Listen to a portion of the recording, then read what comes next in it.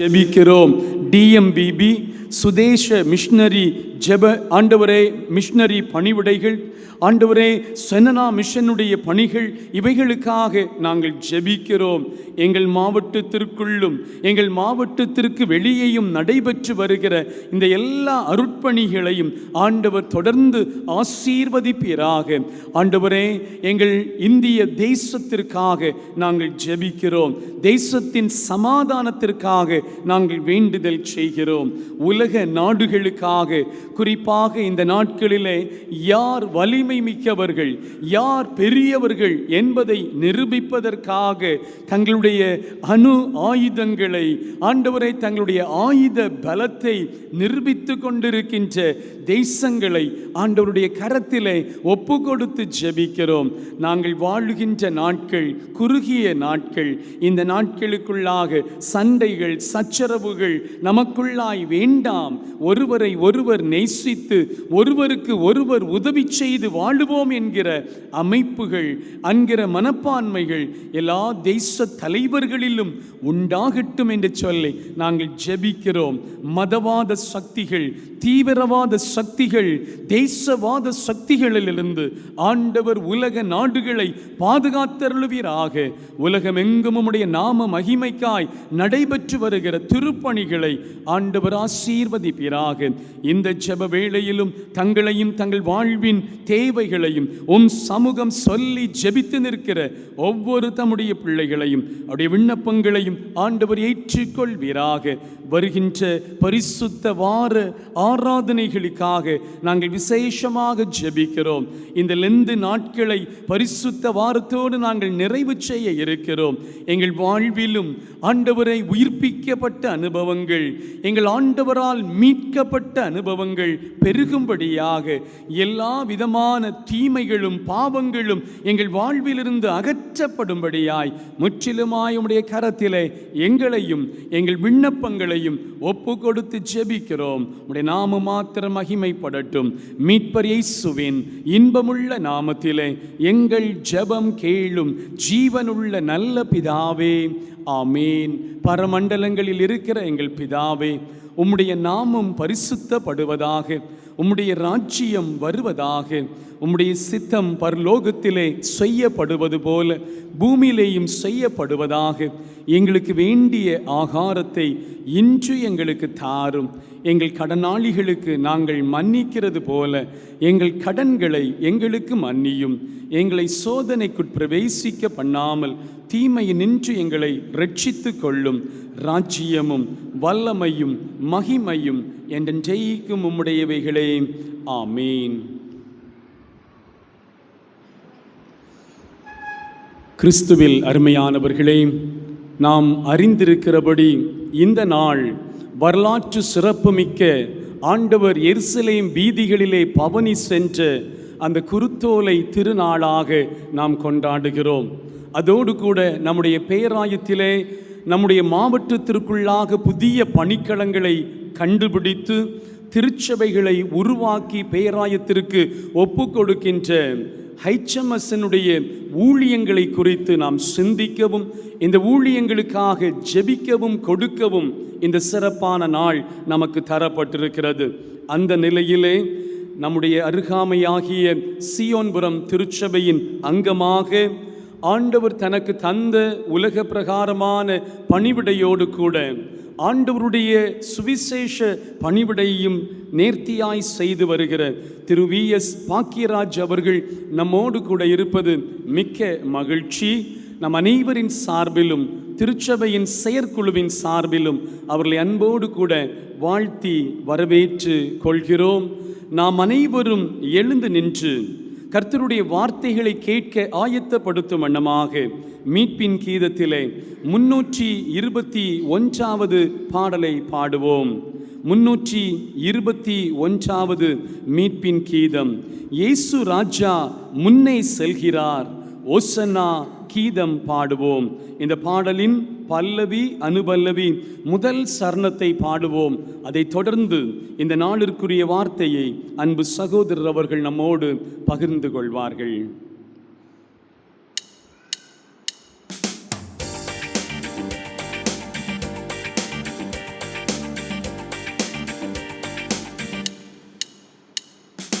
இயேசு ராஜா முன்னே செல்கிறார், ஓசன்னா கீதம் பாடுவோம். இயேசு ராஜா முன்னே செல்கிறார், ஓசன்னா கீதம் பாடுவோம். வேகம் சென்றிடுவோம், ஓசன்னா ஜெயமே, ஓசன்னா ஜெயமே, ஓசன்னா ஜெயம் நமக்கே, ஓசன்னா ஜெயம் நமக்கே.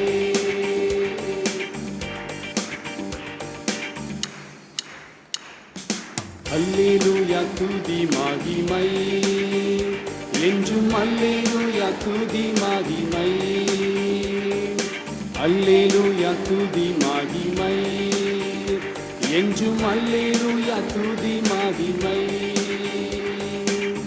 இயேசு ராஜா எங்கள் ராஜா, இயேசு ராஜா எங்கள் ராஜா, என்றென்றும் போற்றிடுவோம். ஓசன்னா ஜெயமே, ஓசன்னா ஜெயமே, ஓசன்னா ஜெயம் நமக்கே, ஓசன்னா ஜெயம் நமக்கே.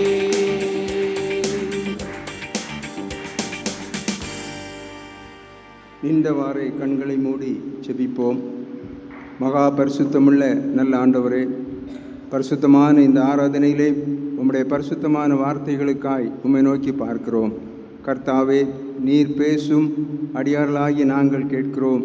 கர்த்தாவே, என் உதடுகளை திறந்தருளும், அப்பொழுது என் வாய் உம்முடைய புகழை அறிவிக்கும்.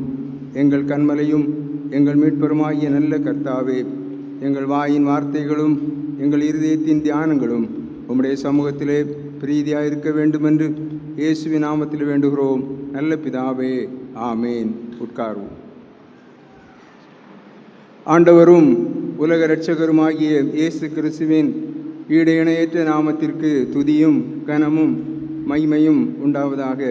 கிறிஸ்துவுக்குள் அன்பானவர்களே, ஆசீர்வதிக்கப்பட்டதான இந்த குருத்தோலை ஞாயிற்காக ஆண்டவரை துதிக்கின்றேன், சோத்திரிக்கின்றேன், மகிமைப்படுத்துகின்றேன். ஆண்டவருடைய அநாதி தீர்மானத்தின்படி இந்த நாளிலே ஆண்டவருடைய வார்த்தைகளை உங்களோடு கூட பகிர்ந்து கொள்ளும்படியாய் தேவாதி தேவன் எனக்கு அளித்த கிருபைகளுக்காய் ஆண்டவரை ஸ்தோத்திரிக்கின்றேன். இந்த நாளிலும் என்னை அன்போடு ஏற்றுக்கொண்டு இந்த நல்ல வாய்ப்பை தந்த அன்பான திருச்சபையின் போதகர் அவர்களுக்கு என்னுடைய மனமார்ந்த நன்றிகளை தெரிவித்துக் கொள்கிறேன். ஊழியத்தின் பாதையிலே என்னை அதிகமாக அன்பாக நேசிக்கிற ஒரு நல்ல போதகர். வருகிற நாட்களிலும் அவருடைய திருப்பணிகளை கர்த்தர் இன்னும் அதிகமாக ஆசீர்வதிப்பாராக. நம்முடைய போதகருடைய தகப்பனாரும் போதகராக இருந்து நல்ல பணியாற்றினவர்கள். அவர்கள் போதகராக இருக்கிற காலங்களிலே எனக்கு ஊழியத்தின் பாதையிலே அநேக ஆலோசனைகளை தந்தவர்கள், மறக்க முடியாது.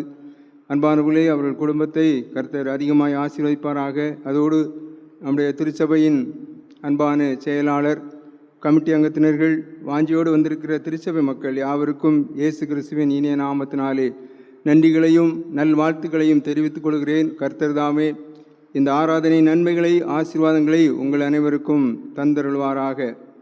அன்பானவர்களே, நாம் எல்லாரும் அறிந்திருக்கிறபடி இந்த நாளிலே சுதேச மிஷனரி சங்க ஞாயிறாகவும் குருத்தோலை ஞாயிறாகவும் நாம் அனுசரித்து கொண்டு வருகிறோம்.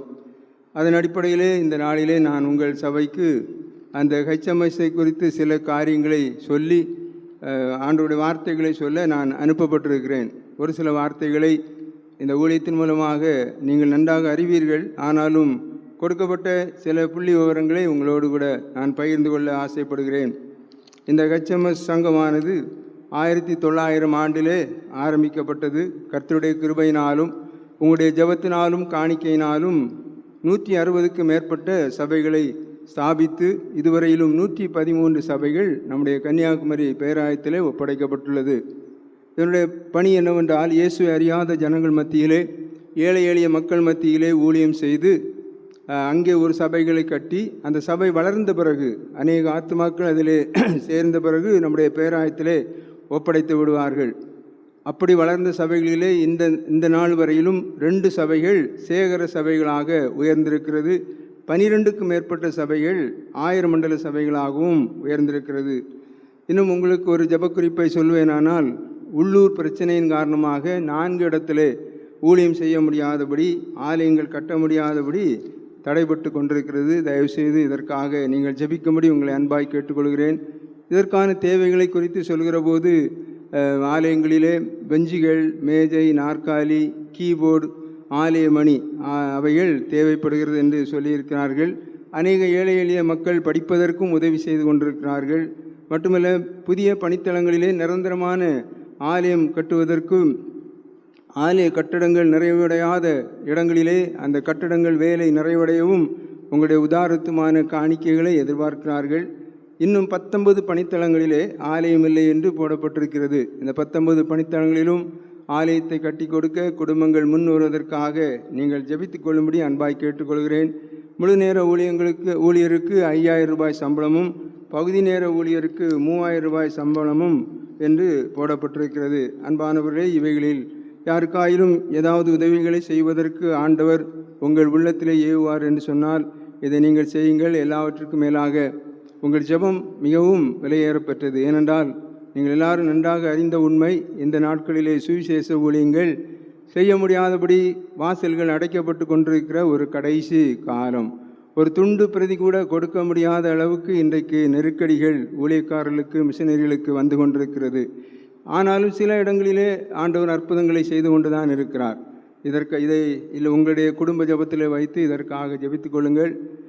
இந்த ஆராதனை நிறைவு பெறுகிற நேரத்திலே நான் முன்பகுதியிலே நிற்பேன். உங்களால் இயன்ற காணிக்கைகளை நீங்கள் தந்துவிட்டு ஆசீர்வாதத்தோடு கடந்து போகும்படி உங்களை அன்பாய் கேட்டுக்கொள்ளப்படுகிறீர்கள்.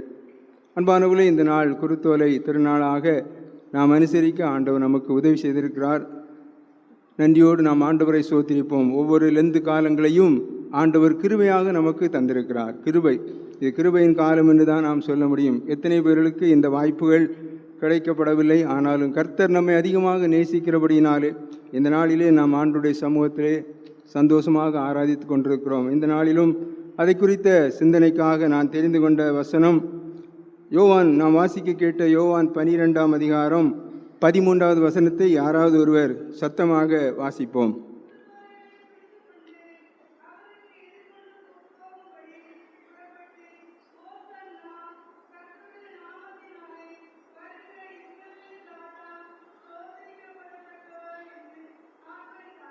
குருத்தோலைகளை பிடித்து கொண்டு ஆண்டவருக்கு எதிர்கொண்டு போகும்படி புறப்பட்டு, ஓசன்னா, கர்த்தருடைய நாமத்தினாலே வருகிற இஸ்ரவேலின் ராஜா சோத்திரிக்கப்பட்டவர் என்று ஆர்ப்பரித்தார்கள்.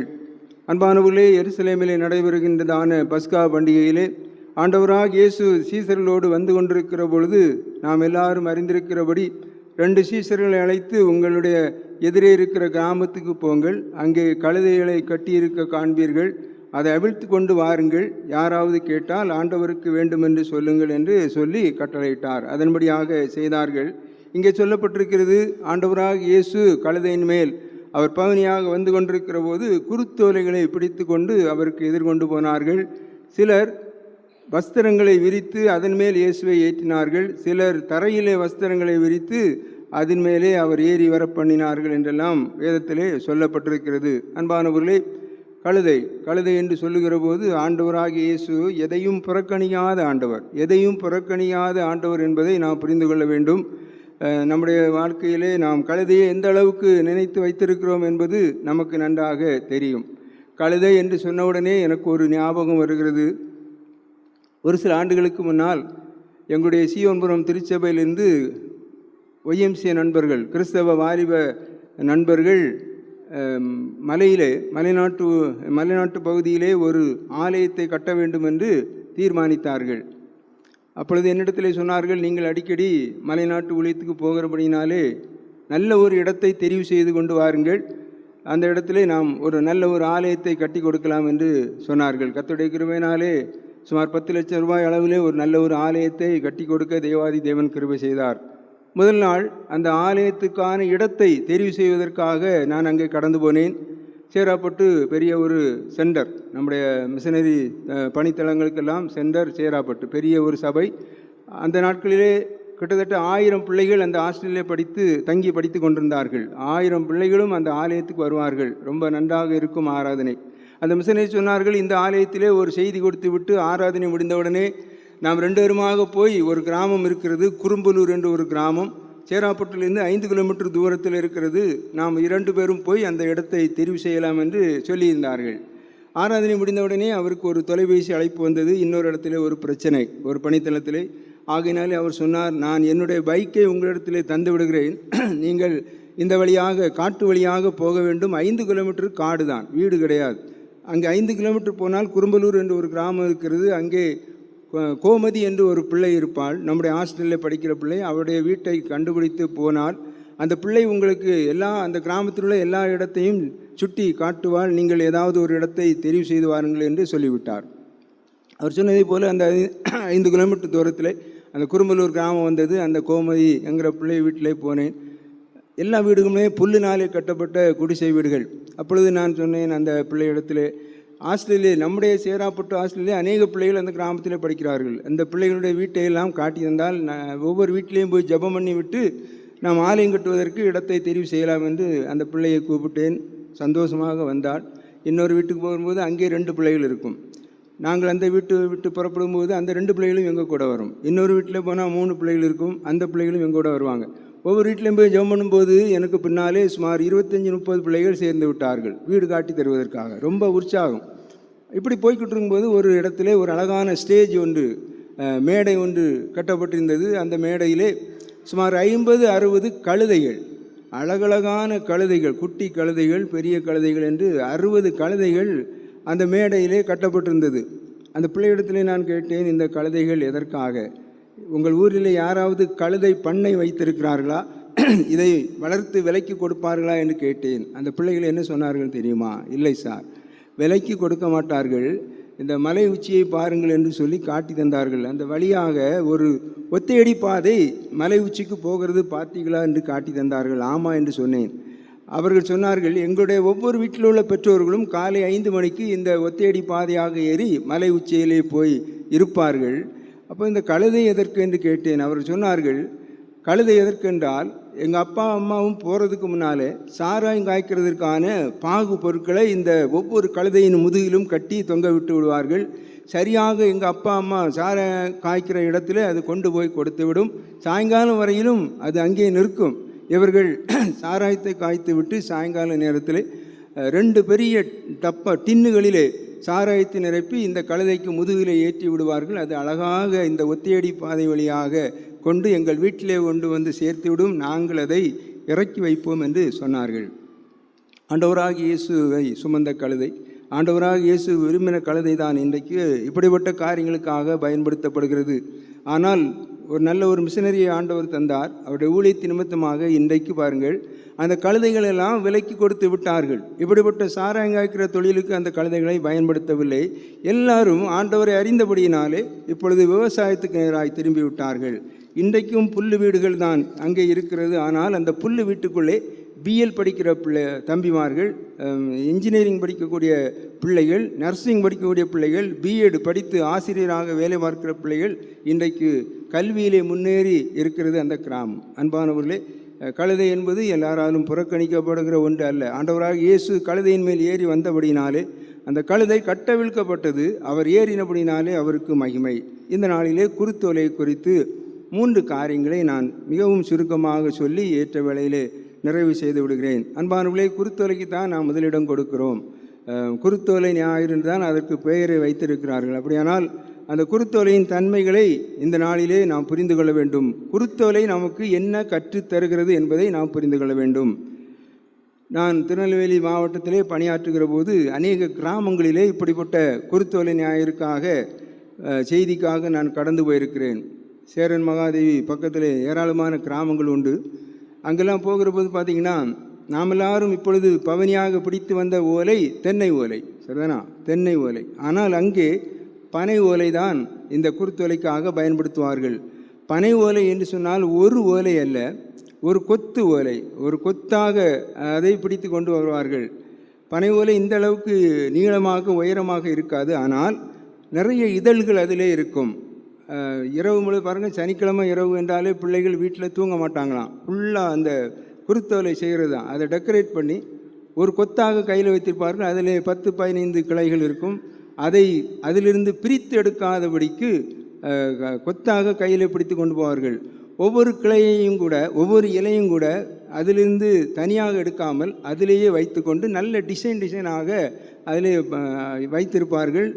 ஒவ்வொரு குருத்துக்குள்ளேயும் அழகழகான பூக்களை வைத்திருப்பார்கள். பார்ப்பதற்கு அது மிகவும் அழகாக இருக்கும். நம்முடைய பகுதியிலே நாம் இந்த தென்னை மரத்து ஓலைகளை குருத்தோலையாக பயன்படுத்துகிறோம். நல்ல காரியம்தான். இந்த நாட்களிலும் பாருங்கள், குருத்தோலை நமக்கு கற்றுத்தருகிற முதலாவது உண்மை, அது ஒன்றோடு ஒன்று இணைந்து காணப்படுகிறது.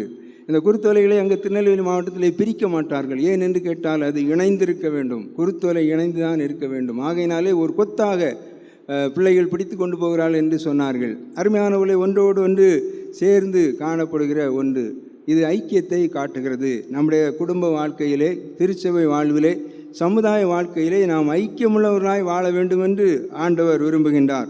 ஆனால் இந்த உலக சூழ்நிலையை பார்க்கிற போது எங்கு பார்த்தாலும் பிரச்சனைகள், ஐக்கியமில்லாத சூழ்நிலைகள். ஒரு குடும்பத்தை எடுத்துக்கொண்டால் கணவனுக்கும் மனைவிக்கும் ஐக்கியம் கிடையாது. பெற்றெடுத்து வளர்த்த பிள்ளைகளுக்கும் பெற்றோர்களுக்கும் ஐக்கியம் கிடையாது. எவ்வளவுதான் ஆண்டவரை அறிந்திருந்தாலும் இந்த ஐக்கியத்தை நிலைநாட்டுவதற்கு நாம் அநேக நேரங்களிலே தவறி போய்விடுகிறோம். யோசேப்பை கூட அந்த பாலடைந்த தண்ணீரில்லாத கிணத்திலே தள்ளிவிட்டவர்கள் வேறு யாருமல்ல, உடன் பிறந்த சகோதரர்கள். இதுதான் இந்த நாட்களிலே உலக பிரகாரமாக நாம் ஐக்கியப்பட்டு வாழ்கிறதை காட்டுகிறதாக இருக்கிறது. ஐக்கியம் மிக மிக தேவையான ஒன்று. எங்கே ஐக்கியம் இருக்கிறதோ அங்கே சமாதானம் உண்டு, நிம்மதியான வாழ்வு உண்டு என்பதை ஒருபோதும் மறக்க முடியாது. எனக்கு தெரிந்த ஒரு குடும்பம், இயேசுவை அறியாதவர்கள் தான். திருநெல்வேலி மாவட்டத்திலே 4 பேர் அண்ணன் தம்பிமார்கள், ஆண்டவர் அறியாதவர்கள். ரொம்ப ஆச்சரியமாக இருக்கும் அவருடைய வாழ்க்கையை, நிலைமைகளை பார்த்தால்.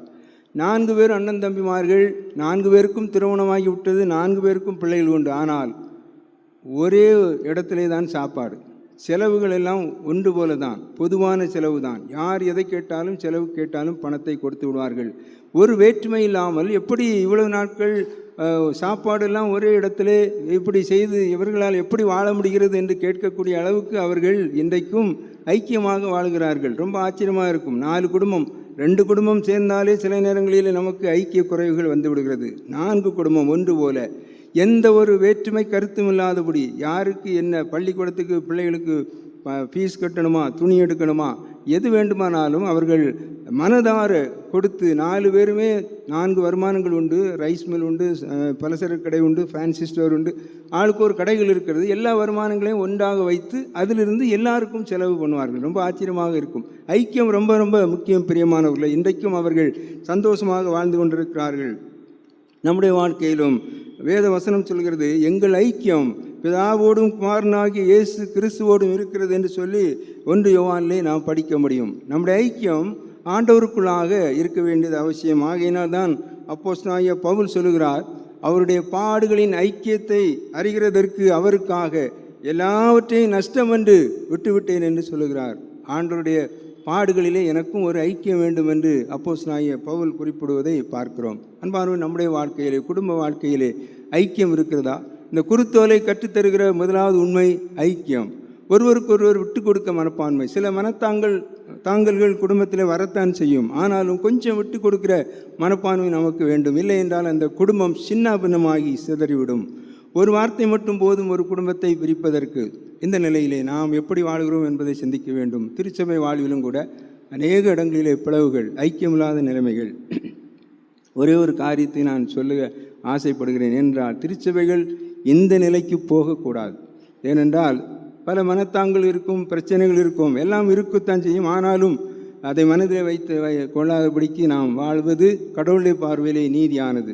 நான் பல ஆண்டுகளுக்கு முன்னால் நாங்குநேரி பகுதியிலே 2 கிராமம் உண்டு. முனஞ்சிப்பட்டி போகிற ரூட்டிலே 2 கிராமம் உண்டு, 2 சபைகள். தட்டான்குளம் என்று ஒரு சபை, இறைப்பாரி என்று சபை. அந்த ஊழியர் 2 சபையும் ஊழியம் செய்கிறார்கள். ஒரு சபையிலே ஆராதனை முடித்துவிட்டு பக்கத்து சபையிலே அடுத்த 11 மணிக்கு ஆராதனை நடத்த போவார். அவர் சுகவீனமாகி விட்டார். அப்பொழுது எப்படியோ என்னை தொடர்பு கொண்டு கேட்டார்கள், 2 மாதங்கள் இந்த 2 திருச்சபையை நடத்த முடியுமா என்று கேட்டார்கள். நான் அப்பொழுது பாபநாசம் டிப்போவிலே பணியாற்றி கொண்டிருந்தேன். ரொம்ப தூரம்தான், ஆனாலும் நான் அதை சந்தோஷமாக ஏற்றுக்கொண்டேன். இந்த தட்டான்குளம் என்கிற அந்த கிராமம் பெரிய ஒரு சபை, நல்ல மக்கள், அன்பானவர்கள், என்னை அதிகமாக நேசிக்கிறவர்கள். பாருங்கள், ரொம்ப சந்தோஷமாக இருந்தது. 2 மாதங்கள் முடிந்தவுடனே அந்த ஊழியர் மறுபடியும் சுகமாகி அந்த ஊழியத்திலே சேர்ந்து விட்டார். ஆனாலும் அவர்கள் என்னிடத்திலே தொடர்பு கொண்டு, வருகிற பெரிய வெள்ளிக்கிழமை அன்று நீங்கள் 7 பேரை எந்த இடத்திலிருந்து ஆகிலும் அழைத்து வாருங்கள், அந்த 7 பிரசங்கம் செய்வதற்காக கூட்டிக் கொண்டு வாருங்கள் என்று சொன்னார். அந்த ஊழியர் சொன்னார், நான் 2 சபை பார்க்குறபடினாலே இன்னொரு சபையிலே நான் 9 மணிக்கு ஆராதனை நடத்துகிறேன், நீங்கள் இந்த பெரிய சபையிலே வந்து 9 மணிக்கு ஆராதனை நடத்துங்கள் என்று ஏற்பாடு செய்தார். பாபநாசத்திலிருந்தும் நாகரூயிலிருந்தும் 7 பேர்களை, நன்றாக பேசக்கூடியவர்களை அழைத்து கொண்டு போய் நல்லபடியாகத்தான் அந்த ஆராதனையெல்லாம் முடிந்தது. பாருங்கள், பிறகு அடுத்த வருஷம் பாருங்கள், மறுபடியும் கூப்பிட்டாங்க. நீ எப்படியாவது போன வருஷத்தை போல் இந்த வருஷம் வாங்கன்னு கூப்பிட்டாங்க. நல்லா கவனிங்க, நன்றாக ஒற்றுமையாக இருந்த சபை தான். பாருங்கள், பஸ்ஸை விட்டு இறங்கி கொஞ்சம் தூரம் நடந்து போகணும். நான் நடந்து போகிற போது நானும் ரொம்ப சந்தோஷமாக தான் போனேன். இன்றைக்கும் போன வருஷத்து மாதிரி அந்த பெரிய வெள்ளிக்கிழமை ஆராதனை சந்தோஷமாக நடத்தலாம்னு சொல்லி 7 பேரை கூட்டிகிட்டு போனேன். போகும்போது போகிற வழியில் இடது பக்கத்தில் ஒரு சின்ன ஓலைக்கூரை போட்டு உள்ளுக்குள்ளே கொட்டு சத்தம் கேட்குது. கொட்டு சத்தமும் பாட்டு சத்தமும் கேட்குது. இந்த சபையில் இந்த பக்கத்தில் ஒரு புதுசாக ஒரு சபை வந்திருக்கோம் அப்படின்னு சொல்லிட்டு நான் அந்த சபையை பார்த்துட்டே போகிறேன். அங்கே ஒரு வழக்கம் என்னென்னா, ஊழியக்காரங்களை கண்ட உடனே சோத்திரமையான்னு சொல்லுவாங்க ஊழியக்காரங்களை. அப்போ திடீர்னு நான் நடந்து போயிட்டு இருக்கும்போது ஒரு அம்மா அந்த ஓலைப்புறை, அது ஒரு ஆலயமாக இருந்திருக்கிறது, ஓலைப்புறைக்குள்ளேருந்து தற்செயலாக வெளியே வந்தவங்க என்னை பார்த்து, தெரியுங்களா 2 மாதம் அங்கே இருந்ததுனால சோத்திரையான்னு சொல்லிட்டு உள்ளே ஓடி போயிட்டாங்க. ஆலயத்துக்கு போனால் என்ன விஷயம், அங்கே ஒரு ஓலைக்கூரை ஆலயம் வந்திருக்குன்னு சொன்னால், சபை பிரிஞ்சிட்டு பார்த்துடுங்க அப்படின்னாங்க. ஏன் பிரிஞ்சுது? அதான் ரொம்ப வேடிக்கை. ஏன் சபை பிரிஞ்சுது? எவ்வளோ ஐக்கியமாக இருந்த சபை ஏன் பிரிஞ்சுதுன்னு கேட்டால், பிரிஞ்சதுக்கு காரணம் என்ன தெரியுமா? அந்த சபையில் ஒருவர் இறந்து விட்டார்.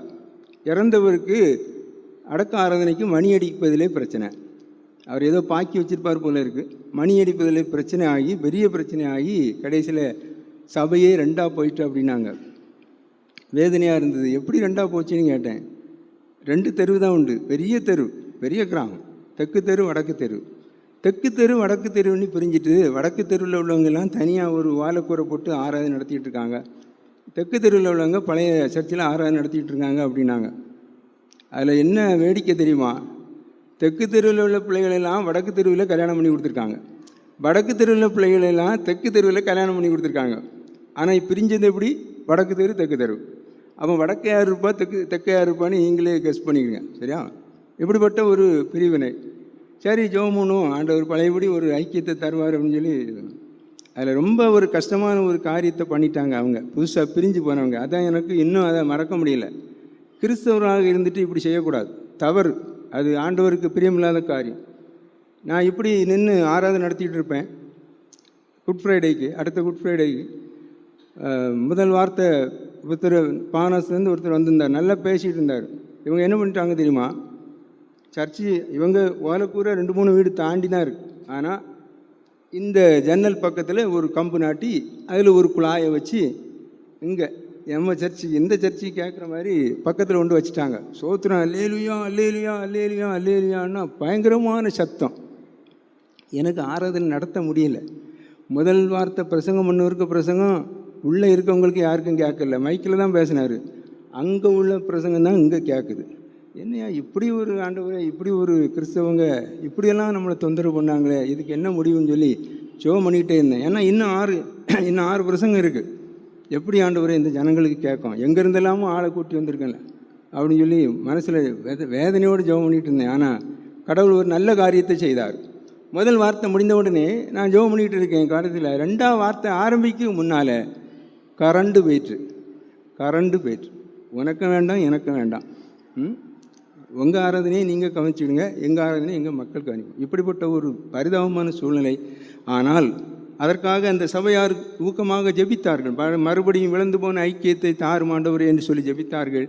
கர்த்தர் கொஞ்சம் கொஞ்சமாக மாற்றத்தை தந்து, அதன் பிறகு ஒரு நாள் செய்திக்காக கூப்பிட்டிருந்தார்கள். போனேன். அந்த போகிற பிறகு முன்னாலே இருந்த அதே ஒற்றுமையை, அதே ஐக்கியத்தை அந்த திருச்சுவையில் தந்தார். அந்த ஓலைக்கூரையெல்லாம் கரையான் பிடித்து அப்படியே அது அழிந்து போயிருந்ததை நான் கண்ணாலே கண்டேன். அன்பானவர்களே, நம்முடைய குடும்ப வாழ்க்கையிலும் திருச்சபை வாழ்க்கையிலும் சமுதாய வாழ்க்கையிலும் ஐக்கியத்தை நிலைநாட்ட வேண்டும் என்று இந்த குருத்தோலை நமக்கு கற்றுத்தருகிறது.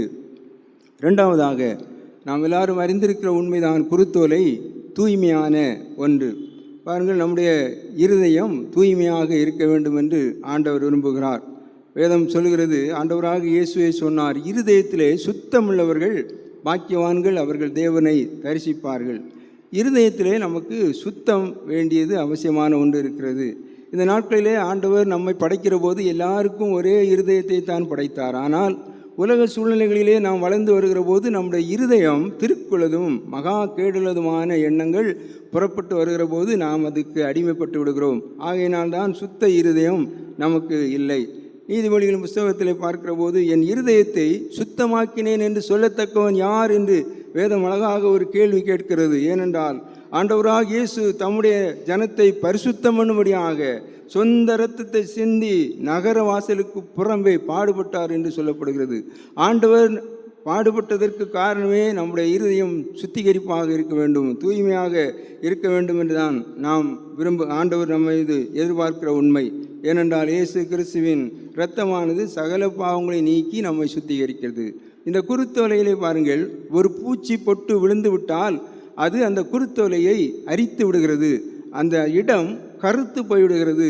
தூய்மையாக வெண்மையாக இருக்கிற அந்த குருத்தோலையிலே ஒரு புழு விழுந்து விட்டால் அது அந்த இலை நாசமாகி போய்விடுகிறது, அழகு தன்மையை இழந்து விடுகிறது, பயன்படுத்த முடியாத நிலைக்கு தள்ளப்பட்டிருக்கிறது. இந்த உலக சூழ்நிலைகளிலே எங்கு பார்த்தாலும் பாவங்கள் நெருக்கி கொண்டிருக்கிற இந்த உலக வாழ்க்கையிலே நம்முடைய இருதயத்திலே பாவங்கிற பூச்சிகள் விழுந்து விடாதபடி நாம் பாதுகாக்க கடமைப்பட்டிருக்கிறோம். ஏனென்றால் நம்மை அழைத்தவர் பரிசுத்தமுள்ளவர், அவர் தூய்மையுள்ளவர், ஆகையினாலே நீங்களும் பரிசுத்தமுள்ளவராக இருங்கள் என்று ஆண்டவர் சொல்கிறார். இந்த நாட்களிலும் பாருங்கள், புதிதாக ஆண்டவரை ஏற்றுக்கொண்ட எத்தனையோ பிள்ளைகள் பரிசுத்தமாய் வாழ்வதற்கு தன்னை அர்ப்பணித்திருக்கிறார்கள் என்பது உண்மை. ஒரு முறை இந்த இதய சேராப்பட்டு ஆலயத்திலே 3 நாட்கள் பிள்ளைகளுக்கு, ஹாஸ்டல் பிள்ளைகளுக்கு தியான முகாம் நடத்துவதற்காக நாங்கள் 2-3 பேர்கள் கடந்து போயிருந்தோம். 3ஆவது நாள் தியான முகாம் முடிகிற நேரத்தில் அந்த பிள்ளையிடத்தில் ஒரு கேள்வி கேட்டேன், உங்களுக்கு என்ன ஜெபக்குறிப்பு இருக்கிறது சொல்லுங்கள், அதற்காக நாம் ஜெபித்து இந்த தியான கூட்டத்தை முகாமை நாம் நிறைவு செய்வோம் என்று சொன்னேன். இந்த பிள்ளைகள் எல்லாரும் சொன்ன ஒரு ஜெபக்குறிப்பு என்ன தெரியுமா? நம்முடைய பகுதியில் கூட அப்படி சொல்வதற்கு நான் கேட்டதில்லை. சில இடங்களிலே சொன்னால் பிள்ளைகள் சொல்வார்கள், எங்கள் அப்பாவும் அம்மாவும் சாராயம் குடித்து விட்டு எப்போதும் சண்டை போடுகிறார்கள், அதற்காக ஜெபியுங்கள் என்று சொல்வார்கள். சில பிள்ளைகள் சொல்வார்கள், எங்களுக்கு நன்றாக படிப்பு வர வேண்டும் என்று ஜெபியுங்கள் என்று சொல்வார்கள். சில பிள்ளைகள் எங்களுக்கு கடன் பாரங்கள் இருக்கிறது ஜெபியுங்கள் என்று சொல்வார்கள். சிலர் வியாதி இருக்கிறது, என்னுடைய பெற்றோர்கள் வியாதியிலே விழுந்து விட்டார்கள் ஜெபியுங்கள் என்று சொல்வார்கள். ஆனால் அந்த சேராப்பட்டு ஹாஸ்டலில் நம்ம படிக்கிற பிள்ளைகள் சொன்ன ஒரு ஜெபக்குறிப்பு என்ன தெரியுமா? அது இன்றைக்கும் என்னால் மறக்க முடியாது. அவர் சொன்னார்கள், நாங்கள் 3 மாதங்கள் தான் ஆகிறது இந்த ஹாஸ்டலிலே தங்கி இருந்து படிக்கிறோம். விழுப்புரம் மாவட்டம், திருவண்ணாமலை மாவட்டம் ஆங்காங்கே எங்கள் வீடுகள் இருக்கிறது, பெற்றோர்கள் அங்கே தான் வசிக்கிறார்கள். 3 மாதங்களாக இந்த வேத புத்தகத்தை கொடுத்து எங்களிடத்திலே படிக்க சொன்னார்கள் இந்த மிஷனரிகள். நாங்கள் வேத புத்தகத்தை படித்து கொண்டிருக்கிறோம் ஐயா. ஆனால் எங்களுடைய ஜெபக்குறிப்பு என்ன தெரியுமா? இந்த மலை உச்சியிலே நாங்கள் எங்கள் பெற்றோர்களுக்கு தெரியாமல் எந்த பாவத்தையும் நாங்கள் செய்வதற்கு எங்களால் முடியும், எந்த பாவத்தையும் செய்வதற்கு எங்களால் முடியும், பெற்றோருடைய கண்களுக்கு அது தெரியாமல் மறைக்குவதற்கும் எங்களால் முடியும். ஆனால் நாங்கள் இயேசுவை அறிந்தபடியினாலே, வேத புத்தகத்தை வாசிக்கிறபடியினாலே எங்களுக்காக ஒரு ஜெபக்குறிப்பு என்ன தெரியுமா? இனி நாங்கள் பாவம் செய்யக்கூடாது, இனி நாங்கள் வழி விலகி போகக்கூடாது, இனி நாங்கள் பரிசுத்தமாய் வாழ வேண்டும் என்பதற்காக மட்டும் நீங்கள் ஜெபித்துக் கொள்ளுங்கள். ஏனென்றால் ஆண்டவராக இயேசுவை நாங்கள் அறிந்து விட்டோம்.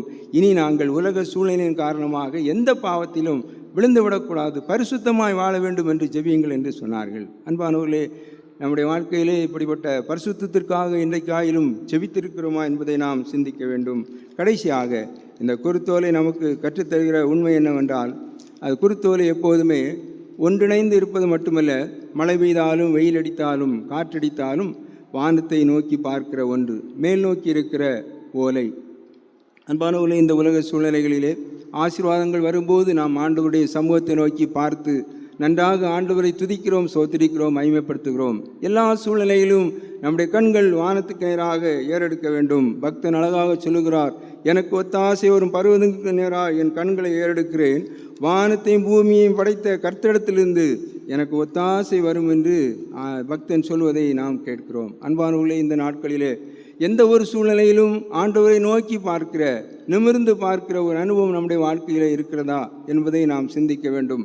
சத்துருவானவன் அநேக கிறிஸ்தவ குடும்பங்களை, கிறிஸ்தவ ஆலயங்களை, கிறிஸ்தவ ஐக்கியத்தை குலைத்து கொண்டிருக்கிற ஒரு கடைசி காலத்தில் வைக்கப்பட்டிருக்கிறோம். ஆனாலும் எந்த சூழ்நிலை வந்தாலும் ஒரு நிமிடம் ஆண்டவரை நோக்கி பார்க்கிற ஒரு மனநிலை நமக்கு இருக்கிறதா என்பதை நாம் சிந்திக்க வேண்டும். ஒரு நாள் நேச்சார் அரசன் சாத்ராக், மேஷாக், ஆபேத்நேகோ என்பவர்கள் அவன் செய்து வைத்த காரியத்தை வணங்காதபடியினாலே பயங்கரமான கோபமடைந்தான், மூர்க்கமடைந்தான். 7 மடங்கு சூளையை சூடாக்க சொன்னான். பாருங்கள், பயமுறுத்தினான். இந்த சாத்ராக், மேஷாக், ஆபேத்நேகோ என்பவர்கள் பயந்து 7 மடங்கு சூடாக்கப்பட்ட அக்னி சுழக்கில் விழுந்தால் உடனடியாக கருகி போய்விடும் என்று சொல்லி அவர்கள் தலை குனியவில்லை. பிரியமானவர்களே, நிமிர்ந்து நின்றார்கள். நாங்கள் ஆராதிக்கிற தேவன் ஜீவனுள்ளவர், இந்த எரிகிற சூளைக்கு எங்களை தப்புவிப்பார் என்று நிமிர்ந்து நின்றார்கள். பாருங்கள், அதனுடைய விளைவு என்ன தெரியுமா? இப்படிப்பட்ட இக்கட்டான சூழ்நிலையிலும், எரிந்து போகிற சாம்பலாகி போகிற சூழ்நிலையிலும் அவருடைய கண்கள் தேவனுடைய சமூகத்தை நோக்கி பார்த்தபடினாலே அதனுடைய விளைவுகள், அந்த நேபுகாத்நேச்சார் அரசனே அவன் மனம் மாறினான். சாத்ராக், மேஷாக், ஆபேத்நேகோ என்கிற அவருடைய தேவனுக்கு ஸ்தோத்திரம் என்று சொல்லி ஆண்டவரை ஸ்தோத்திரித்தான். பிரியமானவர்கள், எவ்வளவு பெரிய மாற்றம்! 3 பேரை அல்லவா தூக்கி போட்டோம், 4 பேராக உலாவுவதை காண்கிறேனே என்று சொல்லி அதிர்ச்சி அடைந்தான். ஆண்டவருக்கு சாட்சி பகர்கின்ற ஒரு மகனாய் அந்த இடத்திலே மாறினான். அன்பானவர்கள், நம்முடைய வாழ்க்கையிலும் நாம் எப்படிப்பட்ட ஒரு விசுவாசத்திலே வைக்கப்பட்டிருக்கிறோம்? நம்முடைய கண்கள் ஒருவேளை சில துன்பங்கள், தோல்விகள், அவமானங்கள் இந்த உலகத்தில் வரத்தான் செய்கிறது. என்னை குறித்து யாராகிலும் எதையாயிலும் பேசிவிடுவார்களோ என்று சொல்லக்கூடிய ஒரு வெட்கம் நமக்குள்ளே வந்துவிடத்தான் செய்கிறது குடும்ப வாழ்க்கையில். ஆனாலும் எல்லா சூழ்நிலைகளும், என்றைக்கு எந்த காரியத்திலே நான் தலை குனிந்திருக்கிறேனோ அதே காரியத்திலே தலை நிமிர்ந்து நடக்கும்படியாய் என் தேவாதி தேவன் எனக்கு உதவி செய்வார், பரத்திலிருந்து எனக்கு ஒத்தாசை அதற்காக அனுப்புவார் என்று சொல்லி நாம் நிமிர்ந்து பார்த்திருக்கிறோமா என்பது முக்கியம். யோபு எல்லாவற்றையும் இழந்து போனான். கடைசியாக என் தோல் முதலானவைகள் அழுகிவிட்டாலும் பரவாயில்லை, என் மாம்சத்திலிருந்து என் தேவனைத்தான் நோக்கி பார்ப்பேன் என்று சொன்னான். அந்நிய கண்களாலே அல்ல, என் சொந்த கண்களினாலே காண்பேன் என்று எவ்வளவு விசுவாசத்தோடு சொன்னான். அழிந்து விட்டானா? எல்லா ஆசீர்வாதங்களையும் இழந்தான். மனைவியுடைய அன்பை இழந்தான், பிள்ளைகளை இழந்தான், சரீர சுகத்தை இழந்தான். இனி வேலை செய்வதற்கு, பிழைப்பதற்கு எந்த வழியுமில்லாத சூழ்நிலையிலும் கூட அவன் சொன்னான், அவர் என்னை சோதித்த பிறகு பொன்னாக விளங்குவேன். அன்பானவர்களே, இதுதான் விசுவாசத்தின் உறுதிப்பாடு. நம்முடைய வாழ்க்கையிலும் பிரியமானவர்களே, சின்ன சின்ன கஷ்டங்கள் வந்தாலும் தாங்கிக் கொள்ள முடியாதபடி ஆண்டவரை விட்டு தூரமாக போகிற மக்களும் இன்றைக்கு அநேகர், கிறிஸ்தவர்கள் பின்வாங்கி போகிற மக்கள் அநேகராக இருக்கிறார்கள். கொஞ்சம் பிரச்சனைகள் வந்தவுடனே ஆலயத்தை மறந்து, ஆராதனைகளை மறந்து உதாசீனப்படுத்துகிற எத்தனையோ கிறிஸ்தவர்கள் இந்த நாட்களில் இருக்கத்தான் செய்கிறார்கள்.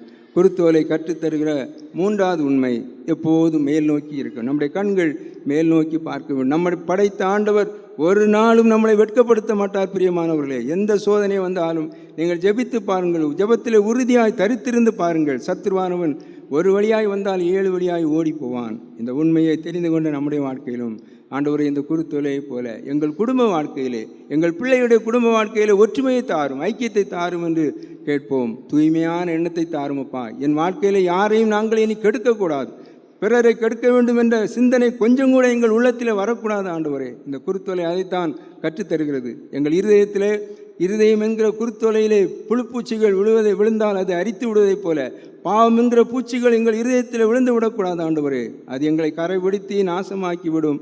ஆகையினாலே தூய்மையான ஒரு வாழ்க்கை தாரும் என்று கேட்போம். எல்லா சூழ்நிலையிலும் ஆண்டவர் நோக்கி பார்க்கிற ஒரு அனுபவத்தை எங்களுக்கும் தாரும் என்று கேட்போம். நிச்சயமாக கர்த்தர் இப்படிப்பட்டதான ஆசீர்வாதங்களின் நிமித்தமாய் ஒவ்வொரு நாளிலும் நம்மை ஆசீர்வதித்து பாதுகாத்து பராமரித்து நம்மை அனுதினம் வழி நடத்துவாராக. கர்த்தர் தாம் இந்த வார்த்தைகள் மூலமாய் நம்மை ஆசீர்வதிப்பாராக. ஆமேன்.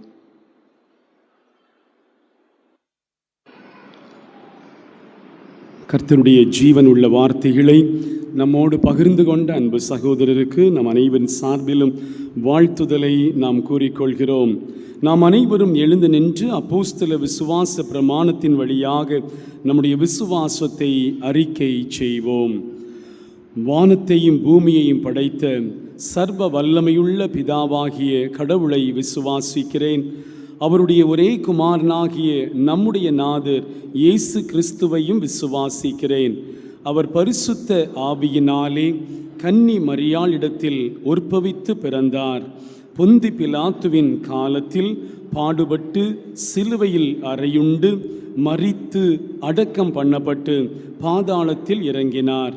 3ஆம் நாள் மரித்தோர் இடத்திலிருந்து எழுந்திருந்தார். பரலோகத்துக்கு எழுந்தருளி சர்வ வல்லமையுள்ள பிதாவின் வலது பார்சத்திலே வீற்றிருக்கிறார். அவ்விடத்திலிருந்து உயிருள்ளோரையும் மரித்தோரையும் நியாயம் தீர்க்க வருவார். பரிசுத்த ஆவியையும் விசுவாசிக்கிறேன். பொதுவாயிருக்கிற பரிசுத்த சபையும் பரிசுத்த வான்களுடைய ஐக்கியமும் பாவ மன்னிப்பும் மரித்தோர் உயிர்த்தெழுதலும் நித்திய ஜீவனும் உண்டென்று விசுவாசிக்கிறேன். ஆமீன். அமர்வோம். பாடகர் குழுவினர் சிறப்பு பாடல் ஒன்றை பாடுவார்கள். அந்த வேளையிலே ஆண்டவருடைய நாம மகிமைக்கான காணிக்கை சேகரிக்கப்படும்.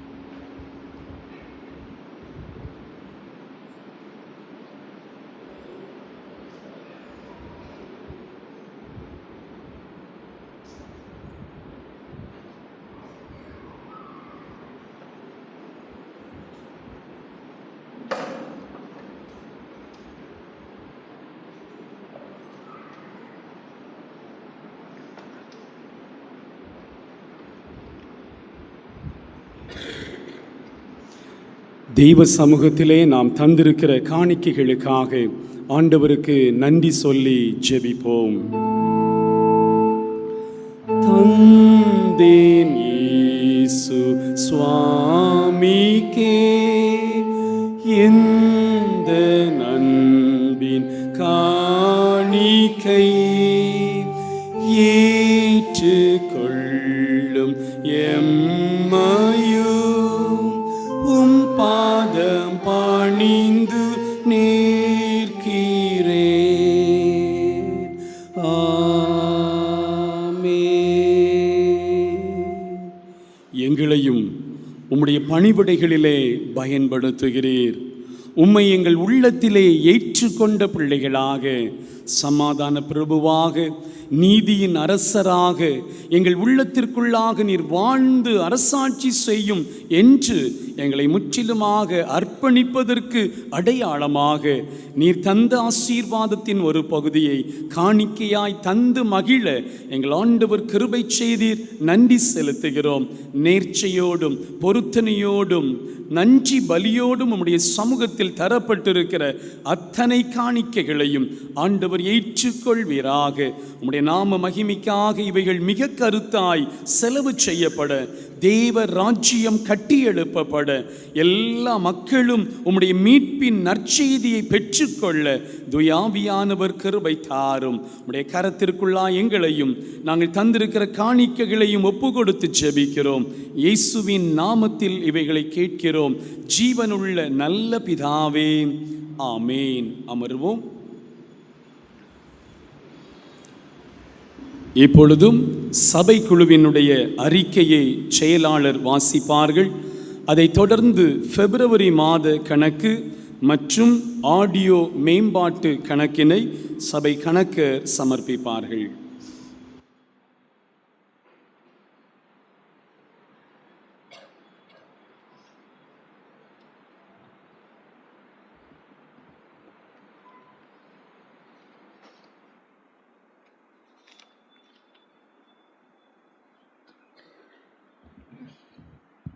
அன்பானவர்களே, கடந்த வாரம் நடைபெற்ற நிர்வாக குழு கூட்டத்தின் முடிவுகளை இப்பொழுது வாசிக்கிறேன்.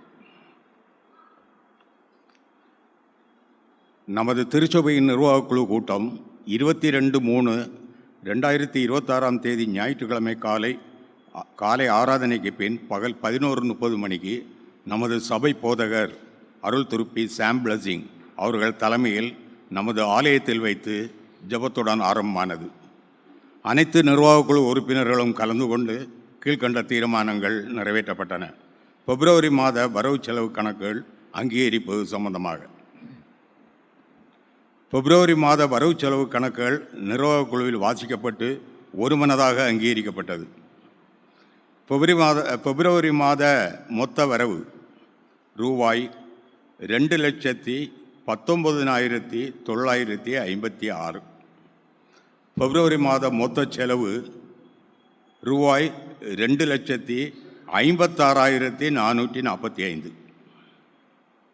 வைப்பு நிதி சம்பந்தமாக Thirumathi Suji Antony Rajesh, doctor of Thiru V Sundarraj அவர்கள் ஏழை மாணவர் நலநிதிக்காக நிரந்தர வைப்பு நிதிக்காக கொடுத்த ரூபாய் 5,000 பெறப்பட்டு அவர்களுக்கு நன்றி தெரிவித்து தீர்மானம் நிறைவேற்றப்பட்டது.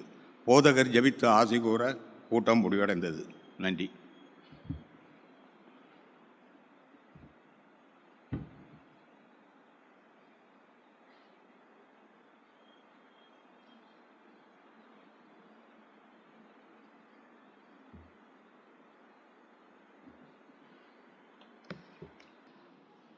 நமது திருச்சபையின் பிப்ரவரி மாத வரவு செலவு விவரங்களை வாசிக்க கேளுங்கள். பிப்ரவரி மாத வரவு முன்மாத கையிருப்பு 404 ரூபாய். ஆராதனை பைக்காணிக்கை 39,753 ரூபாய். ஸ்தோத்திர காணிக்கை 8,400 ரூபாய். பிறந்தநாள் காணிக்கை பணமாக 5,460 ரூபாய், வங்கி வழியாக 500 ரூபாய். திருமண நாள் நன்றி காணிக்கை 1,200 ரூபாய். சங்க காணிக்கை பணமாக 400 ரூபாய், வங்கி வழியாக 200 ரூபாய். மருத்துவ நலநிதி 500 ரூபாய். ஏல வரவு 2845 ரூபாய். திருச்சபையார் வீட்டு ஜபக்கூட்ட காணிக்கை 1160 ரூபாய். தேங்காய் விற்று வரவு 1500 ரூபாய். ஆலய பராமரிப்புக்காக 3000 ரூபாய். கல்லறை தோட்ட முன்பதிவு பணமாக 3000 ரூபாய். கல்லறை தோட்ட மரம் விற்று வரவு 5000 ரூபாய். கிறிஸ்மஸ் மற்றும் புத்தாடை வாங்கி மீதி வரவு 1020 ரூபாய். ஆலய அலங்கரிப்பு மற்றும் களியல் போட்டிக்கான செலவு போக மீதி வரவு 20020 ரூபாய். வைப்பு நிதி 5000 ரூபாய். மனோகர சந்தை பணம் பின்வரவு 100 ரூபாய். மாதாந்திர காணிக்கை பணமாக 57,510 ரூபாய். வங்கி வழியாக 1700 ரூபாய். நற்செய்தி காணிக்கை பணமாக 38,900 ரூபாய். வங்கி வழியாக 1300 ரூபாய். மிஷனரி காணிக்கை வங்கி வழியாக 15,500 ரூபாய். ஏழைகள் நலநிதி வங்கி வழியாக 2,500 ரூபாய். SBI வங்கி வட்டி வரவு 3,488 ரூபாய். ஆக மொத்தம் பணமாக 1,94,768 ரூபாய். வங்கி வழியாக 25,188 ரூபாய். ஆக மொத்த வரவு 2,19,956 ரூபாய். 2,19,956 ரூபாய். பிப்ரவரி மாத செலவு விவரங்கள்: ஸ்டேஷனரி ஐட்டம்ஸ் வாங்கியது 170 ரூபாய். உண்டியல் வாங்கியது 1640 ரூபாய். லைசால் வாங்கியது 165 ரூபாய். மின் கட்டணம் ஆலயத்திற்கு 18,648 ரூபாய். மிஷன் வீடு 1480 ரூபாய். பாஸ்டேட் திருவிருந்து மொத்த செலவு 53,701 ரூபாய். இன்டர்நெட் சார்ஜஸ் 707 ரூபாய். மலர் வளையம் 2 மரணங்கள் 800 ரூபாய். கிதியோன் இன்டர்நேஷனல் கொடுத்தது 1000 ரூபாய். கோயில் பிள்ளை படி 200 ரூபாய். விஸ்வவாணி 1000 ரூபாய். வைப்பு நிதியாக வங்கியில் செலுத்தியது 5000 ரூபாய். Minute book and cash book வாங்கியது 800 ரூபாய். ஆம்பிளிஃபையர் சர்வீஸ் சார்ஜஸ் 1200 ரூபாய். டிஎம்பிபி ஃபார் பிப்ரவரி 8500 ரூபாய். OMM ஃபார் பிப்ரவரி 3000 ரூபாய். அசஸ்மெண்ட் ஃபார் பிப்ரவரி 1,09,540 ரூபாய். பென்ஷன் ஃபண்ட் 510 ரூபாய். டிஸ்ட்ரிக்ட் ஃபண்ட் 200 ரூபாய். ஹெல்த் ஃபண்ட் 200 ரூபாய். பேங்க் சார்ஜஸ் 14 ரூபாய் 16 காசுகள். டீசல் வாங்கியது 1000 ரூபாய். போதகர் தியான முகாம் செல்லும் பயணப்படி 5000 ரூபாய். முதியோர் உதவித்தொகை 4 நபருக்கு 2,500 ரூபாய். ஏழைகள் நலநிதி 4 நபருக்கு 2,500 ரூபாய். மருத்துவ உதவி 500 ரூபாய். ஆலய வளாக பராமரிப்பாளர் சம்பளம் 2000 ரூபாய். கணினி ஊழியர் சம்பளம் 2,500 ரூபாய். கோயில் பிள்ளை சம்பளம் 9,000 ரூபாய். கோயில் பிள்ளை அலவன்ஸ் 3,000 ரூபாய். கழிவறை சுத்தம் செய்ய 1000 ரூபாய். மிஷனரி காணிக்கை 12,000 ரூபாய். CEF 1000 ரூபாய். HMS 1000 ரூபாய். மேத்யூ மேண்டேட் 1000 ரூபாய். போதகர் பயணப்படி 1000 ரூபாய். பாஸ்டேட் வெல்ஃபேர் ஃபண்ட் 400 ரூபாய். டியூப்லைட் அண்ட் ஸ்டார்டர் வாங்கியது 1270 ரூபாய். பர்த்டே கார்டு பிரிண்டிங் சார்ஜஸ் 1300 ரூபாய். ஆக மொத்தம் பணமாக செலவு செய்தது 1,29,481 ரூபாய். வங்கி மூலமாக 1,26,964 ரூபாய் 16 காசுகள். ஆக மொத்த செலவு 2,56,445 ரூபாய் 16 காசுகள். 2,56,445 ரூபாய் 16 காசுகள். Abstract for the month of February. முன்மாத இருப்பு 3,46,085 ரூபாய் 12 காசுகள். பிப்ரவரி மாத வரவு 2,19,956 ரூபாய். ஆக மொத்த வரவு 5,66,041 ரூபாய் 12 காசுகள். பிப்ரவரி மாத செலவு 2,56,445 ரூபாய் 16 காசுகள். மீதி இருப்பு 3,09,595 ரூபாய் 96 காசுகள். 3,09,595 ரூபாய் 96 காசுகள். எஸ்பி வங்கி இருப்பு 2,84,317 ரூபாய் 96 காசுகள். பாண்டியன் வங்கி இருப்பு 25,075 ரூபாய். கையிருப்பு 203 ரூபாய். ஆக மொத்தம் 3,09,595 ரூபாய் 96 காசுகள். கிளை சங்கங்களுடைய வரவு விவரம்: திருமறைப்பள்ளி வரவு 10,000 ரூபாய். களியல் குழு வரவு 36,500 ரூபாய். ஆக மொத்த வரவு 46,500 ரூபாய். கிளை சங்கங்களுடைய மீதி இருப்பு ஆசான் 28/2/26. ஆண்கள் இயக்க சங்கம் 2,240 ரூபாய். பெண்கள் இயக்க சங்கம் 8,445 ரூபாய். கிறிஸ்தவ பக்தி முயற்சி சங்கம் 7,158 ரூபாய். வாலிபர் ஜபக்குழு 6,481 ரூபாய். திருமறைப்பள்ளி 27,009 ரூபாய். பாடகர் குழு 1,001 ரூபாய். களியல் குழு 74,846 ரூபாய். நூலகம் 1,304 ரூபாய். ஆக மொத்த கிளைச்சங்கங்களுடைய இருப்பு 1,28,484 ரூபாய். தெங்கம்புதூர் கூட்டுறவு வங்கி இருப்பு 1,28,484 ரூபாய். ஒலிபெருக்கி மேம்பாட்டிற்காக தங்களுடைய மேலான காணிக்கைகளை தந்து உதவிய திருமதியாளர்களுடைய பெயர்களை நான் வாசிக்க கேளுங்கள்.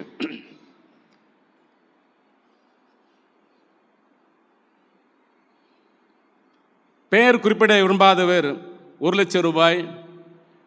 ஜி கனகபாய் வீரதாஸ் 10,000 ரூபாய். ஜே சாம் நெல்சன் 30,200 ரூபாய். Person son of n Ratheesh 5,000 ரூபாய். எஸ் ஜேம்ஸ் ரிஜு 9,500 ரூபாய். எண்டர்சன் 10,000 ரூபாய். கிங்ஸ்லி நேசமுத்திலின் 5,000 ரூபாய். பி ஸ்டீஃபன் நேசகுமார் 10,000 ரூபாய். பெரின் குமார் 50,000 ரூபாய். பெயர் குறிப்பிட விரும்பாதவர் 25,000 ரூபாய். ஒய் நிக்சன் ஞானதாஸ் 4,000 ரூபாய். டாக்டர் ஜெயமதி 5,000 ரூபாய். எமர்சன் பால் 5,000 ரூபாய். ஜி ஃப்ராங்க்லின் ரோஸ்வெல்ட் 10,000 ரூபாய். ரெவரண்ட் ஜெசையா ஹாரிஸ் 10,000 ரூபாய். எஃப் மகேஷ் தியோடர் 50,000 ரூபாய். சி ராஜா பிரின்ஸ் 30,000 ரூபாய். ஒய் ஜாக்சன் அருள்தாஸ் 5,000 ரூபாய். பி ஞான செல்வராஜ் 10,000 ரூபாய். செல்வின் சத்யதாஸ் 20,000 ரூபாய். ஜெரி லைல் 5,000 ரூபாய். ஜே லிவில் லைல் 5,000 ரூபாய். ஏஎம் சாம் கில்டன் 5,000 ரூபாய். ஒய் எட்வர்ட் கிறிஸ்டோபர் தாஸ் 10,000 ரூபாய். ஜே விஜயராஜ திலக் 5,000 ரூபாய். அருமை ஜஸ்டிஸ் 35,000 ரூபாய். நியூலின் ஜெர்ஷா டாக்டர் ஆஃப் ஆப்ரஹாம் 10,000 ரூபாய். ஜோசப் தேவதாஸ் 1,000 ரூபாய். பி ஹர்பர்ட் சிங் 10,000 ரூபாய்.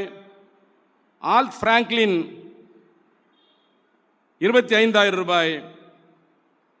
ஐடா ஜூலியட் லிஃப்டி டோரி 5,000 ரூபாய். பால் மனோகர் 5,000 ரூபாய்.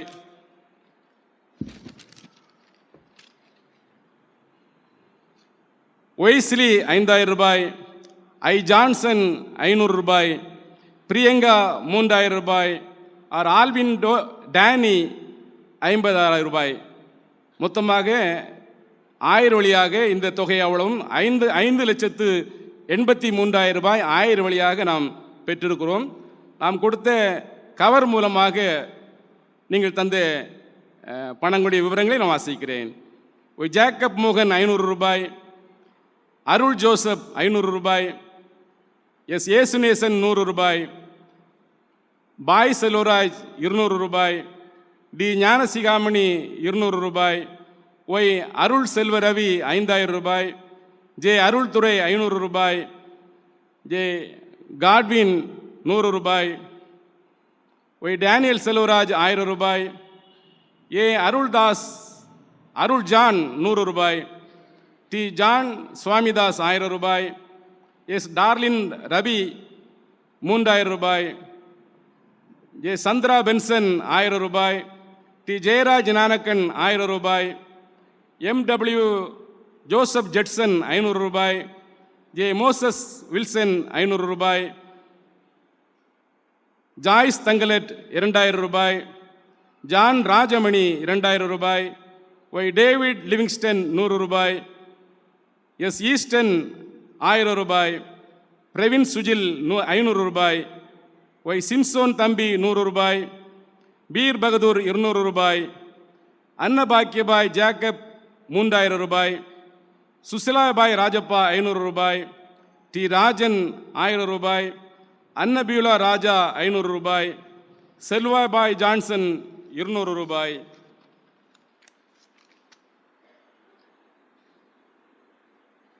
எஸ் ராஜசிங் 300 ரூபாய், வி செல்வராஜ் 50 ரூபாய், பி ஞானசிகாமணி 1000 ரூபாய், ரெவரன் பி சாம் பிளெஸிங் 10,000 ரூபாய், ஏ ஜஸ்டின் நத்தானியல் 10,000 ரூபாய், ஜே ஜான்சன் 1000 ரூபாய், என் ரதீஸ் 1000 ரூபாய், எம் பேரிம்பராஜ் 500 ரூபாய், டி சேகர் ரவி 2000 ரூபாய், எஸ் ஜெபமணி 500 ரூபாய், பஞ்சவர்ணம் வேல்முத்து 100 ரூபாய், வி சுந்தர்ராஜ் 500 ரூபாய், ஃப்ளாரி சுந்தர்ராஜ் 200 ரூபாய், வி தாம்சன் 100 ரூபாய், பி மகேஷ் தியோடர் 1000 ரூபாய், டி பாசத் தியோடர் 2000 ரூபாய், எஸ் ஜோஸ் டேனியல் 100 ரூபாய், ரெவரன் சி செல்வராஜ் 1000 ரூபாய், ஏ அருள் சுதன் 100 ரூபாய், ஏ எட்வின் சாலமன் தம்பி 500 ரூபாய், ஒய் விஜிலா சாந்தினி ஏசுதாசன் 500 ரூபாய், எஸ் ரமணி கிறிஸ்டி ஸ்டீஃபன் 2000 ரூபாய், ஏ ரகுநாயகம் 10,000 ரூபாய், ஐ மாணிக்கம் 100 ரூபாய், ஷீபா செல்வின் 200 ரூபாய், ஏசு தங்கம் செல்லத்துறை 100 ரூபாய், எம் வேதமணி ஏசுராஜன் 50 ரூபாய், ஏ ஜான் டேவிட்சன் 500 ரூபாய், செல்லா பாலன் 500 ரூபாய், ஏ வசந்தி 1000 ரூபாய், ஏ தாஸ் 100 ரூபாய், மகேஸ்வரி 100 ரூபாய்,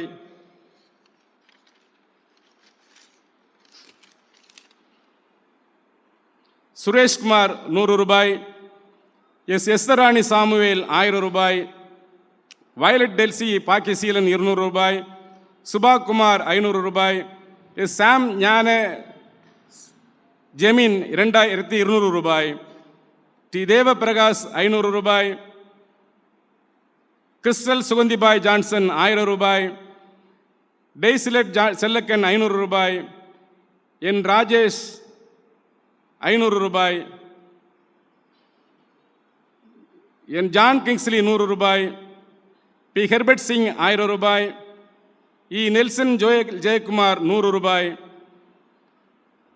எட்வின் தாஸ் 200 ரூபாய், பி ஞான செல்வராஜ் 100 ரூபாய், ஜே.எஸ். ராஜசிங் 1000 ரூபாய், ஜி டெரின் பால் 500 ரூபாய், சோபன் பாபு 1000 ரூபாய், எஸ் சுரேஷ் 200 ரூபாய், டென்சிங் 100 ரூபாய், பி ஸ்டீஃபன் நேசகுமார் 500 ரூபாய், தேவ சுந்தர் சிங் 100 ரூபாய், ஒய் எட்வர்ட் கிறிஸ்டோபர் தாஸ் 1000 ரூபாய், கமலம் சுயம்பு 50 ரூபாய், டி ஆரோன் ஜஸ்டின் ராய் 5000 ரூபாய், எஸ் கோல்டு லிண்டன் 5000 ரூபாய், டாக்டர் வில்சன் தம்பி 500 ரூபாய், ரோஸ்லெட் 100 ரூபாய், எஸ் ராஜன் 500 ரூபாய், மெர்சிபல் தங்கமணி 500 ரூபாய், ஸ்டெல்லா ஜான்சன் 100 ரூபாய், எஃப்சி கனகபாய் வீரதாஸ் 200 ரூபாய், எஃப்சிபா டேவிட்சன் 1000 ரூபாய், ஏ பால்சன் 500 ரூபாய்.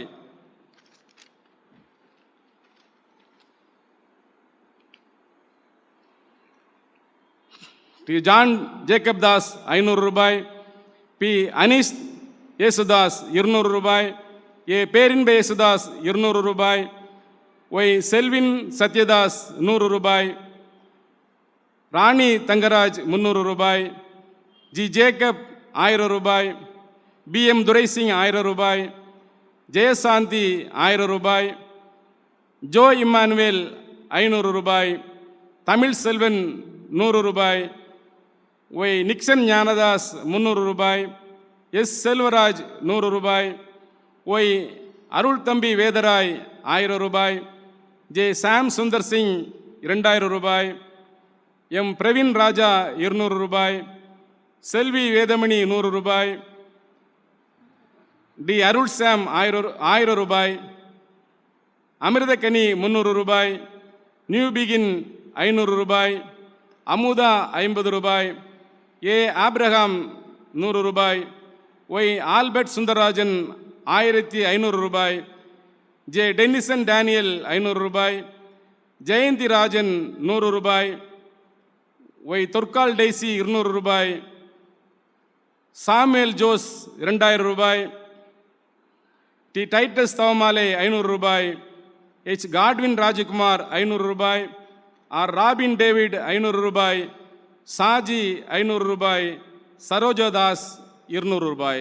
ஆக மொத்தமாக வரவு 6,99,500 ரூபாய். 6,99,500 ரூபாய். இந்த ஆடிய ஒலிபெருக்கி மேம்பாட்டுக்கான செலவினங்களை வாசிக்க கேளுங்கள். எலக்ட்ரிக்கல் ஒர்க்குக்காக மெட்டீரியல் அண்ட் லேபர்ஸ் சேர்ந்தது 70,631 ரூபாய் 50 காசுகள். Monitor, mic, amplifier and sound equipments வாங்கியது 3,95,110 ரூபாய். 3,95,110 ரூபாய். Audio installation charges and labour charges and additional labour charges சேர்ந்து 26,000 ரூபாய். Carpenter work material and labour charges 3,350 ரூபாய். Painting work labour and paint charges 5,500 ரூபாய். Flooring work material and labour charges 6,800 ரூபாய். Scaffolding rent and transport 1,950 ரூபாய். Tea and snacks 2,350 ரூபாய். ஆக மொத்த செலவு 5,11,691 ரூபாய் 50 காசுகள். 5,11,691 ரூபாய் 50 காசுகள். மொத்த வரவு 6,99,500 ரூபாய். மொத்த செலவு 5,11,691 ரூபாய் 50 காசுகள். மீதி இருப்பு 1,87,808 ரூபாய் 50 காசுகள். 1,87,808 ரூபாய் 50 காசுகள். இந்த குறுகிய கால இடைவெளியிலே இந்த ஒலிபெருக்கின் மேம்பாட்டிற்காக தங்கள் மேலான ஆதரவையும் ஒத்துழைப்பையும் நல்கிய உங்கள் அனைவருக்கும் செயற்குழுவின் சார்பிலே நன்றிகளும் வாழ்த்துதலும். கர்த்ததாமே உங்களை இன்னும் அதிகமாக ஆசீர்வதித்து ஆலயத்தின் தேவைகளை சந்தித்து அதன் வழியாக ஆண்டுதோறும் நிறைவான ஆசீர்வாதத்தை பெற்றுக்கொள்ள கர்த்ததாமே கிருபை செய்வாராக. ஆமென். சபையாருக்கான இதர அறிவிப்புகள்: விவாக விளம்பரம், புத்தளம் சேகரம், குளத்துவிளை ஆயர் மண்டலம், குளத்துவிளை திருச்சபையில் திரு எஸ் சந்திரன் அவர்கள் மகன் சி அருள் ரபீனும், திட்டுவிளை சேகரம் மத்தியாஸ் நகர் ஆயர் மண்டலம் ஞானதாசபுரம் திருச்சபையில் திரு எஸ் ராசப்பன் அவர்கள் மகள் ஆர்.இ. ரெஜினா எவாஞ்சலினும் திருமணம் செய்து கொள்ள சம்மதித்திருக்கிறார்கள். இவர்கள் திருமணம் இயல்புக்கும் திருமறைக்கும் முரணாக இருக்குமானால் இந்த அறிவிப்பு தேதி முதல் 8 நாட்களுக்குள் திருச்சபை ஆயருக்கு எழுத்து வழியாய் தெரியப்படுத்தவும். இது இவர்களுக்கு 2ஆம் அறிவிப்பு. மூலச்சல் சேகரம், மூலச்சல் ஆயர் மண்டலம், மூலச்சல் திருச்சபையில் திரு சி டேவிட் ராஜ் அவர்கள் மகன் DM ஜெரினும், புத்தளம் சேகரம் குளத்துவிளை ஆயர் மண்டலம், குளத்துவிளை திருச்சபையில் திரு HN காட்வின் ராஜகுமார் அவர்கள் மகள் G அபினா டாரதியும் திருமணம் செய்து கொள்ள சம்மதித்திருக்கிறார்கள். இவர்கள் திருமணம் இயல்புக்கும் திருமறைக்கும் முரணாக இருக்குமானால் இந்த அறிவிப்பு தேதி முதல் 15 நாட்களுக்குள் திருச்சபை ஆயருக்கு எழுத்து வழியாய் தெரியப்படுத்தவும். இது இவர்களுக்கு 1ஆம் அறிவிப்பு. திருமணத்திற்காக ஆயத்தப்படுகிற அன்பு பிள்ளைகளை ஆண்டவர் ஆசீர்வதிப்பாராக. இந்த வாரம் தங்களுடைய பிறந்த தினங்களையும் திருமண தினங்களையும் நினைத்து ஆண்டவருக்கு நன்றி சொல்ல ஆயத்தப்படுகிறவர்கள் மார்ச் 30ஆம் தேதி Jinisha Arulraj, daughter of Thiru V Arulraj, Thirumathi Jemi Danny, wife of Thiru Alvin Danny, J Nebesh Jeyan, son of Thiru N John Soul Winner. 31ஆம் தேதி ஜே ஜீவின், சன் ஆஃப் திருப்பி Jeeva Arul Thambi, Jayden J Sam, son of Thiru I Jegan. April 1ஆம் தேதி Thirumathi J Lydia Sukanya, wife of Thiru S Vaislin. 2ஆம் தேதி Thirumathi Y Anisha, wife of Thiru A Arul Joseph. 3ஆம் தேதி திருப்பி Noah Joseph, Thirumathi Selva Ajitha, wife of Thiru Y Joseph, doctor G Gerald Moses. 4ஆம் தேதி Nabees Chellaiah, son of Thiru C Jayachandra, Thirumathi C Sugantha Leela, wife of Thiru S சந்திரன், திருமதி V Deena, wife of Thiru V Philipson Joseph, BD நெகேமியா, son of Thiru T Belli Franklin, S Adlin Renu, daughter of Thiru S Sam Pratheesh. 5ஆம் தேதி Thirumathi P Sheeba, wife of late Thiru P Selwyn Gnana Prakash, Thiru A Jerry Lyle, Thirumathi Paramajothi, wife of Thiru Robin David, JF Jersho, son of Thiru Y Jacob மோகன், Thiru R பால் விஜ்வின் ஆகியோர் தங்களுடைய பிறந்த நாட்களை நினைத்து ஆண்டவருக்கு நன்றி சொல்கிறார்கள். திருமண நாட்களை கொண்டாடுகிற குடும்பம் மார்ச் 30ஆம் தேதி திரு ஆர் ரவி பொன்குமார், திருமதி ஆர் சாந்தா குமாரி. ஏப்ரல் 2ஆம் தேதி திரு எஸ் சாம் ரெஜில், திருமதி ஆர் மல்கியா. திருச்சபையாக இவர்களை வாழ்த்துவோம்.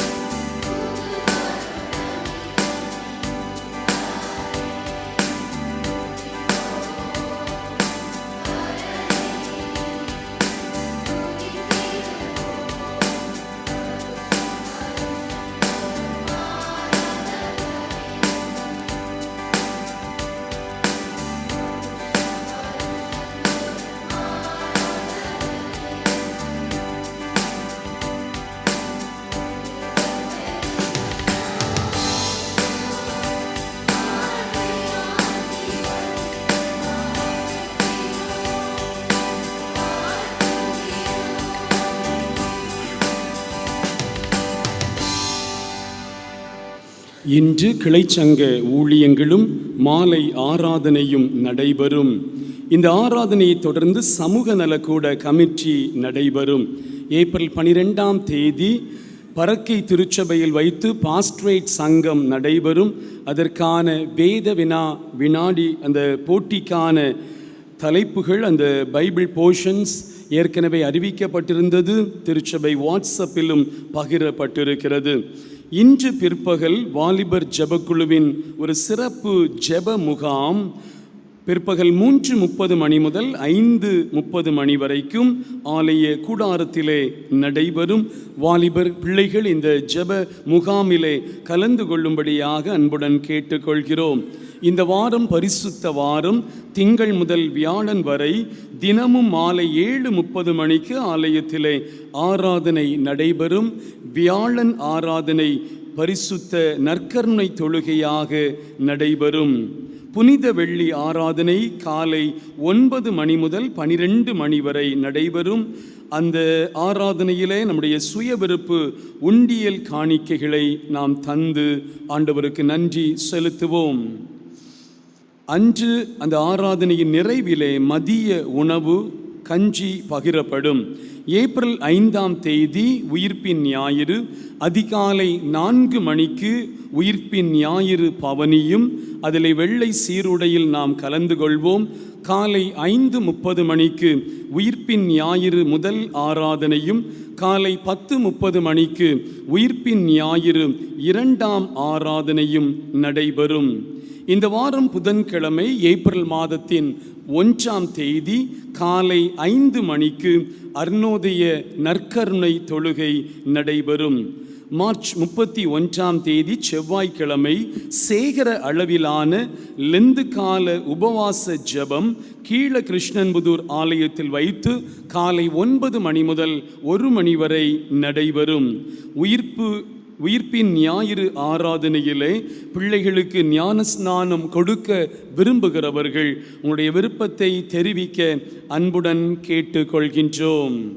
கடந்த ஞாயிற்றுக்கிழமை நடைபெற்ற உயிர்ப்பின் ஞாயிறு விருந்திற்கான ஆலோசனை கூட்டத்திலே அசைவம் எதுவும் பகிரப்பட வேண்டாம் என்கிற முடிவு எடுக்கப்பட்டபடியினாலே அதன்படி அந்த உயிர்ப்பின் ஞாயிறு விருந்து சைவ விருந்தாக ஒழுங்கு செய்யப்பட்டுள்ளது.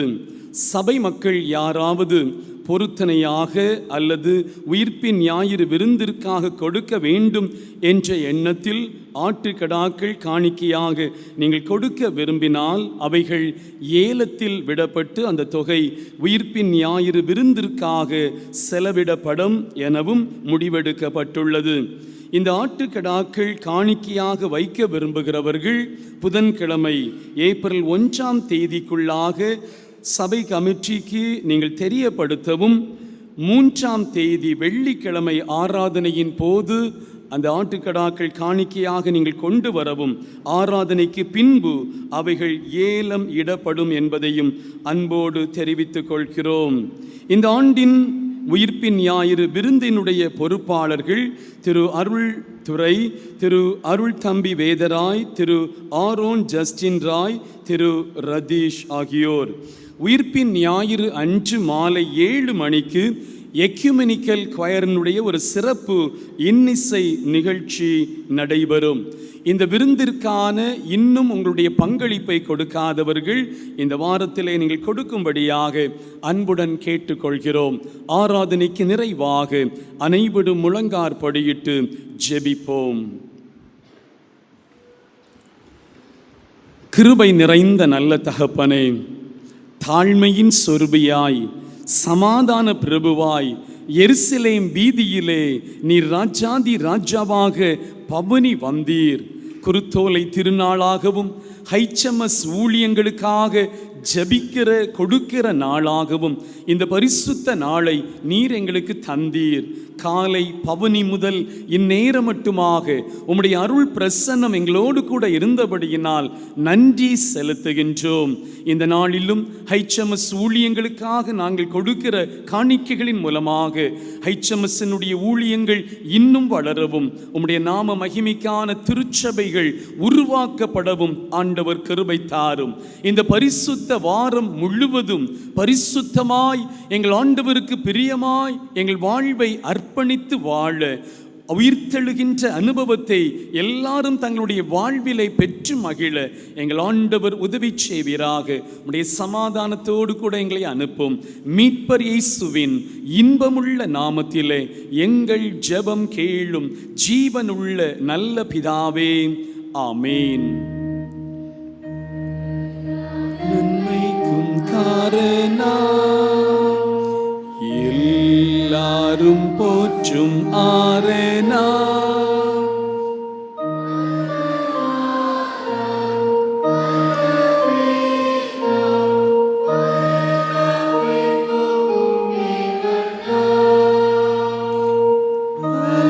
கோடி நன்றி பூரணா. அல்லேலூயா, அல்லேலூயா, அல்லேலூயா, அல்லேலூயா.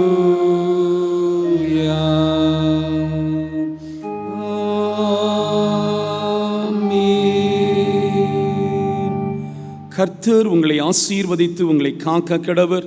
கர்த்தர் தம்முடைய முகத்தை உங்கள் மேல் பிரகாசிக்க பண்ணி உங்கள் மேல் கிருபையாயிருக்க கடவர். கர்த்தர் தம்முடைய முகத்தை உங்கள் மேல் பிரசன்னமாக்கி உங்களுக்கு சமாதானம் கட்டளையிட கடவர். நம்முடைய கர்த்தரும் உலக இரட்சகருமாயிருக்கிற இயேசு கிறிஸ்துவின் கிருபையும் பிதாவாகிய கடவுளின் அன்பும் தூய ஆவியானவரின் மனோகர ஐக்கிய சிநேகமும் ஆசீர்வாதமும் இன்றும் என்றும் சதா நாட்களிலும் நம் அனைவரோடும் நிறைவாய் தங்கியிருப்பதாக. ஆமென், ஆமென்,